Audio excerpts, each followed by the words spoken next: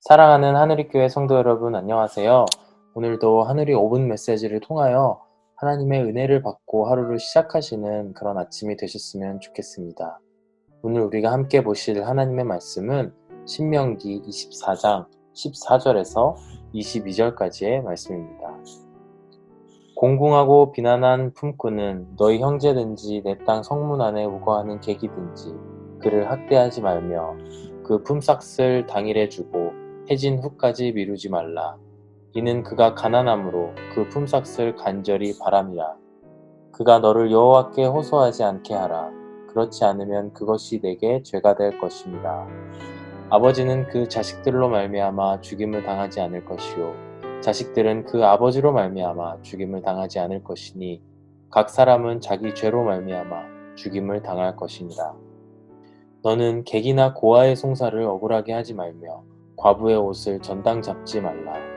너는 애굽에서 종되었던 일과 내 하나님 여호와께서 너를 거기서 속량하신 것을 기억하라. 이러므로 내가 내게 이 일을 행하라 명령하노라. 내가 밭에서 곡식을 뺄 때에 그 한 뭇을 밭에 잊어버렸거든. 다시 가서 가져오지 말고 나그네와 고아와 과부를 위하여 남겨두라. 그리하면 내 하나님 여호와께서 내 손으로 하는 모든 일에 복을 내리시리라. 내가 내 감람나무를 떤 후에 그 가지를 다시 살피지 말고 그 남은 것은 객과 고아와 과부를 위하여 남겨두며 내가 내 포도원에 포도를 딴 후에 그 남은 것을 다시 따지 말고 객과 고아와 과부를 위하여 남겨두라. 너는 애굽 땅에서 종되었던 것을 기억하라. 이러므로 내가 내게 이 일을 행하라 명령하노라. 오늘 함께 읽으신 오늘 본문의 주제를 한마디로 정리한다면 하나님께서 베풀어 주신 은혜와 관용을 기억하고 그것을 똑같이 베풀라입니다. 본문의 말씀에는 세 부류의 사람이 나타납니다. 첫 번째는 성문 안에 거하는 객 혹은 나그네입니다. 두 번째는 고아입니다. 세 번째는 과부입니다. 이들이 의미하는 것은 우리 주위에 있는 가장 가난하고 의지할 곳이 없는 그런 사람들을 의미합니다. 우리 주위에 있는 이런 부류의 사람들을 우리가 어떻게 대해야 하며 어떻게 대해야지 하나님의 뜻 안에 행하는 것인지 오늘 본문은 이야기하고 있습니다. 14절과 15절의 말씀을 보시면 곤궁하고 비난한 품꾼은 너희 형제든지 내 땅 성문 안에 우거하는 객이든지 그를 학대하지 말며 그 품삯을 당일에 주고 해진 후까지 미루지 말라. 이는 그가 가난함으로 그 품삯을 간절히 바람이라. 그가 너를 여호와께 호소하지 않게 하라. 그렇지 않으면 그것이 내게 죄가 될 것임이라고 말씀합니다. 본문에서 너희 형제가 되었든 성문 안에 거하는 객이 되었든 이라는 표현은 성문 안에 거하는 모든 사람들을 의미합니다. 가장 가까운 관계에 있는 형제가 되었든 잠시 머물렀다가 떠나게 되는 나그네가 되었든 간에 그들이 공궁하고 가난하다면 그들을 학대하지 말라는 것입니다. 형제를 학대한다는 것으로 미루어 볼 때 그를 학대할 만한 분명한 명분과 이유가 있을지도 모르겠습니다. 하지만 그렇다 하더라도 그들이 가난하다면 용서해 주라는 것입니다. 왜냐하면 그들이 만약에 여호와께 호소하게 된다면 그것은 그 학대한 자들의 죄가 될 것이라고 15절 말씀에서 말하고 있습니다. 즉 가난한 사람들에게 넉넉하게 베풀지 않는 것은 하나님 앞에 불의한 것이라는 것이죠. 반대로 말하면 가난한 자들에게 넉넉하게 베푸는 일이야말로 하나님의 의에 합당한 일임을 우리는 알 수 있습니다.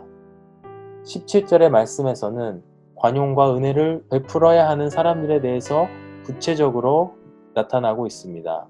17절 말씀에 너는 객이나 고아의 송사를 억울하게 하지 말며 과부의 옷을 전당 잡지 말라고 말씀합니다.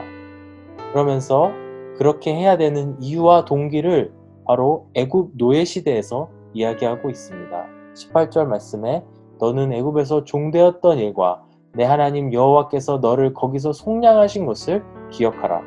이러므로 내가 내게 이 일을 행하라 명령하노라 라고 모세는 이야기하고 있습니다. 우리가 잘 아는 속담 중에 개구리 올챙이적 생각 못한다 라는 속담이 있습니다. 그 의미는 형편이나 사정이 전에 비해서 나아진 사람이 지난날에 미천하거나 어렵던 때의 일을 기억하지 못하고 잘난 듯이 뽐내는 것을 의미합니다. 우리가 살아가면서 더 높은 위치와 유리한 위치, 갑의 위치에 서게 된다는 것은 어떻게 보면 축복이자 특권일 수 있습니다. 하지만 그렇다고 해서 가난하고 조금 더 불리한 사람의 위치를 배려하지 않는다면 그것은 마치 우리의 죄를 속량해 주신 하나님을 기억하지 못하는 행위가 된다라는 것입니다. 그렇다면 우리가 어떻게 행해야지 하나님의 뜻에 맞는 일이고 그분께 영광을 돌리는 그런 일이 될 수 있을까요?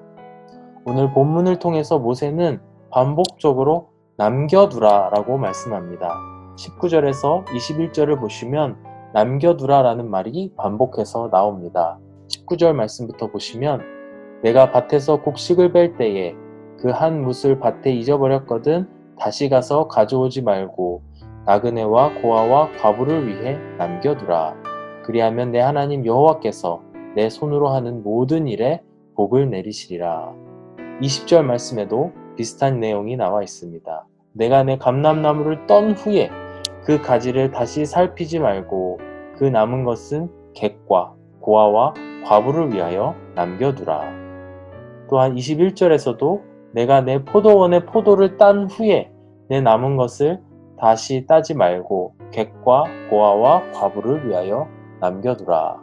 하나님께서 우리에게 부어주신 물질을 나 자신을 위해서 쓰는 것은 쉽지만 그것을 나누는 일은 쉽지 않습니다. 마찬가지로 우리가 이웃을 정죄하고 재단하는 것은 쉽지만 그들에게 하나님의 마음을 가지고 관용을 베푸는 것은 어려운 일일 수 있습니다. 그렇다면 오늘 하루 여러분들 앞에서 넉넉함을 남겨야 되는 그런 사람은 누가 있겠습니까? 오늘 하루를 사시면서도 하나님의 의에 합한 하루를 살아내시는 여러분들이 되시길 바랍니다. 그리고 하나님께서 우리를 속량해 주셨음을 다시 한번 기억하는 여러분들이 되셨으면 좋겠습니다.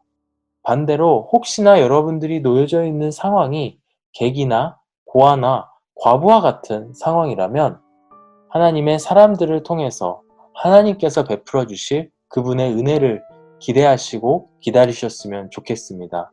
그분은 우리의 죄를 속량하여 주셔서 우리에게 은혜를 주시사 영원한 생명을 주신 하나님이십니다. 그분께서는 우리의 모든 상황을 아시고 또한 우리의 기도를 들으시는 그런 분이신 줄로 믿습니다. 오늘 하루도 어떠한 상황에 놓이든지 간에 하나님의 사랑을 기억하시고 기대하시고 베푸시는 여러분들 한 분 한 분 되시기를 간절히 기도합니다.